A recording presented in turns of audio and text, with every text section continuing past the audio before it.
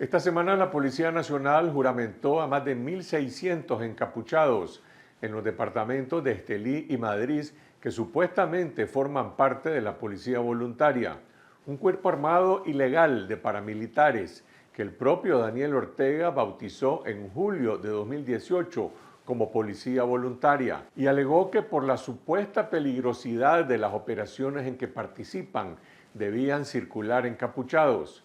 Mientras tanto, en la Asamblea Nacional continúa la aprobación de la Constitución chamuca, que entre otras aberraciones jurídicas elevará a rango constitucional la existencia de los paramilitares. Y para analizar las implicaciones que tiene la legalización de los paramilitares en la nueva Constitución chamuca y el despojo de los derechos ciudadanos, conversamos con la abogada constitucionalista Azalia Solís y con Juan Papier, experto de Human Rights Watch, que esta semana presentó un informe mundial sobre los derechos humanos.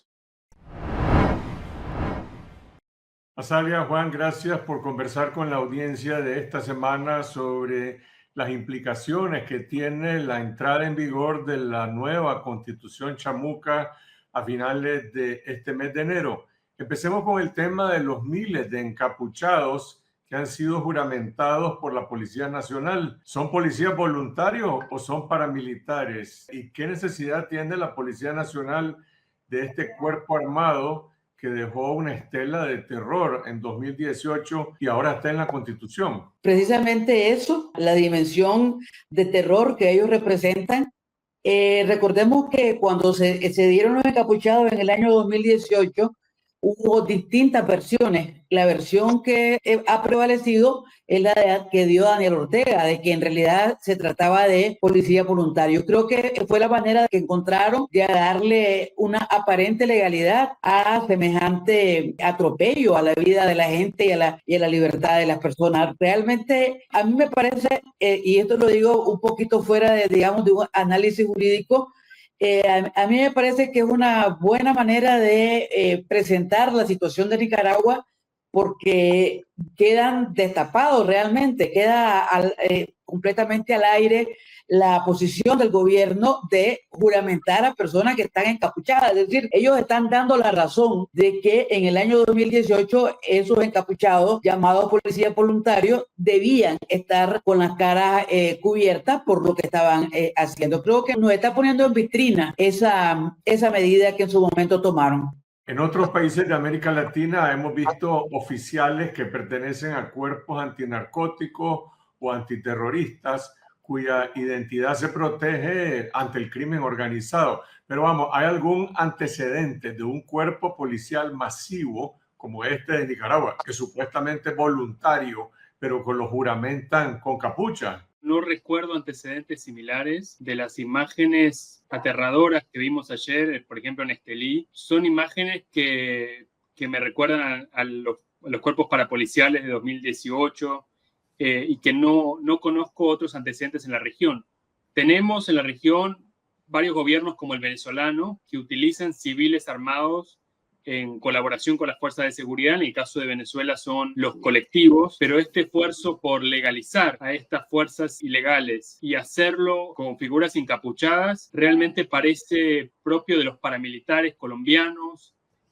Son imágenes realmente aterradoras. La Constitución que se está aprobando en este mes elimina los poderes del Estado, elimina la separación de poderes, la autonomía de los poderes del Estado y se impone una centralización total, es decir, no hay ningún control, no hay ninguna clase de rendición de cuentas.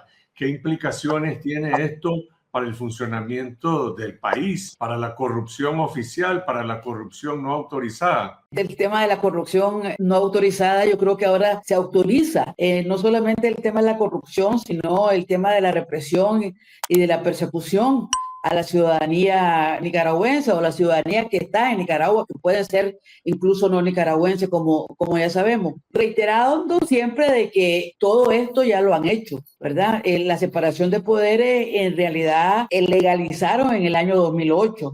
El tema de la centralización del poder lo hicieron inmediatamente con el decreto 3/2007, o sea, un decreto de enero del año 2007. Es decir, ahora lo que le están dando es un cariz aparentemente constitucional. Digo aparentemente porque pues la Constitución tiene que garantizar derechos y en este caso todo lo que se está haciendo es prederecho, completamente o antiderecho más bien. Entonces sí va a tener una repercusión muy fuerte en términos reales y en términos simbólicos, porque están elevando a la máxima nivel jurídico el atropello y la violación de derechos. El tema orgánico de la Constitución lo que implica es una manera, digamos, instrumental de garantizar derechos, pero aquí lo que se está haciendo es una manera instrumental de negar los derechos. Entre los artículos que se aprobaron esta semana, se eleva a rango constitucional la apatridia, el despojo de la nacionalidad, y también el delito, el supuesto delito de traición a la patria queda incorporado en la Constitución como un delito político. ¿Qué implicaciones tiene esto a nivel internacional?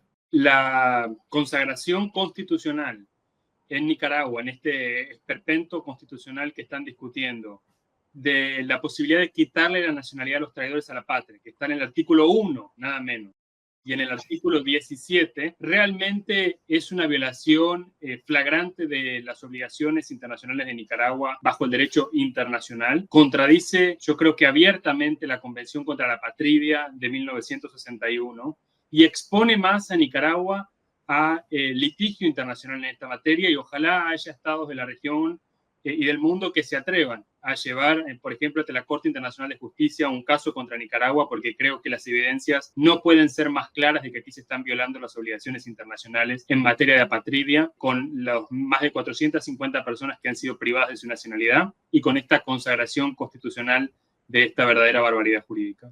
Dice la Constitución que el copresidente y la copresidenta deben ser elegidos por el voto popular, pero al entrar en vigencia esta Constitución a finales de enero, Rosario Murillo pasará a ser copresidenta sin ser electa. ¿Cuál es el balance de poder entre el copresidente y la copresidenta?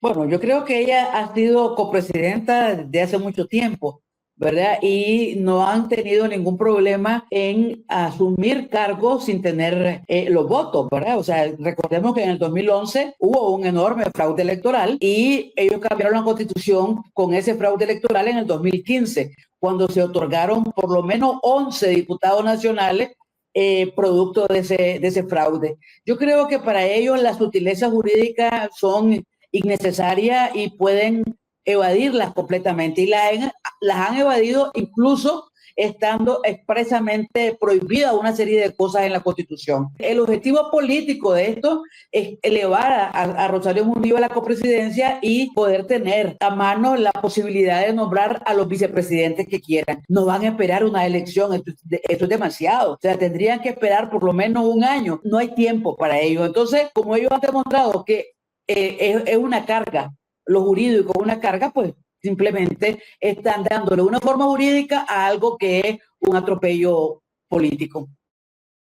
El informe mundial de Human Rights Watch que se divulgó esta semana en el caso de Nicaragua destaca que desde finales de 2018 todos los organismos internacionales de derechos humanos fueron expulsados de Nicaragua, de la ONU, de la OEA, organismos independientes. Es decir, Nicaragua ha estado, los ciudadanos nicaragüenses, más de 5 años en un estado total de indefensión.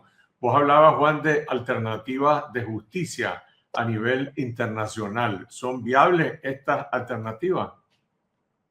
Relacionando el informe que publicamos el día de ayer, es un análisis de la situación de derechos humanos en 100 países de todo el mundo, y por supuesto tenemos un capítulo para Nicaragua documentando la concentración total del poder por parte de Rosario Murillo y Daniel Ortega y la falta de protección, como tú mencionas, para los nicaragüenses, porque no hay independencia judicial en el país y porque no se permite la labor de los organismos internacionales como aquellos de la ONU o de la OEA. Creo que hay que buscar la única vía que nos queda, que es la justicia a nivel internacional, con distintos mecanismos. Uno de ellos es presentar casos frente a la Corte Internacional de Justicia, por ejemplo, por las violaciones a la Convención de Apatridia o la Convención contra la Tortura. Y otro de los mecanismos es la justicia universal. Ha habido, como sabes, anuncios recientes en Argentina por parte de un juez muy cuestionable, pero en materia de jurisdicción universal, y creo que hay que avanzar para que las víctimas nicaragüenses tengan justicia, porque hoy es imposible que eso ocurra en Nicaragua. Pues decía Azalia que mucho de lo que está en esta constitución se ha venido haciendo de manera ilegal en Nicaragua en los últimos años, empezando pues por los paramilitares encapuchados. Bueno, pero ¿qué implicación tiene que ahora todo esto quede escrito en una constitución? A nivel real y simbólico va a ser muy fuerte para la ciudadanía. Yo creo que detrás de esto hay una cuestión que ellos no han podido destruir, que es una resistencia, aunque no sea una resistencia que se vociferante, que se mire en las calles, vocal, pero sí hay una resistencia, ¿verdad? Y los organismos internacionales de derechos humanos han podido monitorear lo que ha estado pasando en Nicaragua desde 2018 hasta la fecha, precisamente por ese nivel de resistencia. Entonces, yo creo que esto va dirigido a ese capital de resistencia que hay en el país, o sea, destruirlo no solamente ya por la vía de los hechos, sino del derecho, usar el derecho aparentemente con legalidad. Yo creo que eso va a tener un impacto muy fuerte y por lo tanto a mí me parece que es necesario abordar esto con la ciudadanía que está en Nicaragua, que vive en Nicaragua, porque creo que va dirigido a destruir esos focos de resistencia que siguen persistiendo en Nicaragua. Es decir, la información que se sabe de Nicaragua es porque la gente de Nicaragua la da. Y esa gente de Nicaragua la da a pesar de la represión. Entonces creo que esta dimensión hay que tenerla en consideración y trabajar sobre ella. Pero ¿qué nivel de reconocimiento, de legitimidad puede tener esta constitución que todo el mundo sabe, primero que se está realizando a través de un proceso que es completamente ilegal y en segundo lugar, pues que es violatoria de todos los principios fundamentales de derechos humanos? En Nicaragua es ilegal todo esto desde el año 2011, a partir del fraude, a partir de la mayoría artificial y fraudulenta que se dieron con esas elecciones del 2011. Es decir, si uno empieza a hacer una matriz de esto, va a encontrar que ilegalidades más prácticas están a partir del 2011, pero incluso anteriormente ya existían. Recordemos que en el 2008 los alcaldes del fraude juramentaron frente a Daniel Ortega, no frente al Consejo Supremo Electoral, sino frente a Daniel Ortega. Es decir, las ilegalidades de Nicaragua ya están en el ADN del gobierno Ortega Murillo. No, yo creo que ellos no están buscando mayor legitimidad dentro de Nicaragua. Yo creo que adentro de Nicaragua lo que ellos están buscando es afinar aún más el terror y creo que de cierta manera ellos están jugando con lo que hay a nivel internacional, en la que estamos viendo gobiernos que entran, independientemente del signo ideológico que sea, gobiernos que entran a desbaratar la separación de poderes o la independencia y que están buscando cómo centralizar y anular los mecanismos jurídicos constitucionales que han sido parte de la modernidad en los últimos 200 y pico de años. Pues entonces creo que ellos están en ese orden. Creo que tienen una dimensión hacia hacia lo externo y otro hacia lo interno. Y creo que lo interno es fundamentalmente no está dirigido a la legitimidad, ¿verdad? Sino a la imposición, a imponer aún más el terror frente a la ciudadanía nicaragüense. El informe de Human Rights Watch es bastante claro y contundente en relación a lo que esto significa, pero ¿cuál es el estado general en la comunidad internacional? La inmensa mayoría de la comunidad internacional tiene claro cuál es el récord de derechos humanos del gobierno de Daniel Ortega. Estados Unidos, la Unión Europea han impuesto sanciones, incluso recientemente se ha anunciado una investigación por el impacto de los derechos humanos de las violaciones de derechos humanos en las prácticas comerciales de Nicaragua, una investigación que se realizará en Estados Unidos. Y Ortega ha quedado solamente acompañado de dictadores como Nicolás Maduro, como Díaz-Canel, intentando generar relaciones con Rusia, con China, para mantenerse con cierta compañía a nivel internacional. Yo creo que la enorme mayoría de la comunidad internacional entiende que aquí estamos hablando de un tirano que viola los derechos humanos de forma sistemática y generalizada. Ahora lo que hay que avanzar es hacia un esfuerzo de coordinación de la respuesta internacional frente a lo que ocurre en Nicaragua.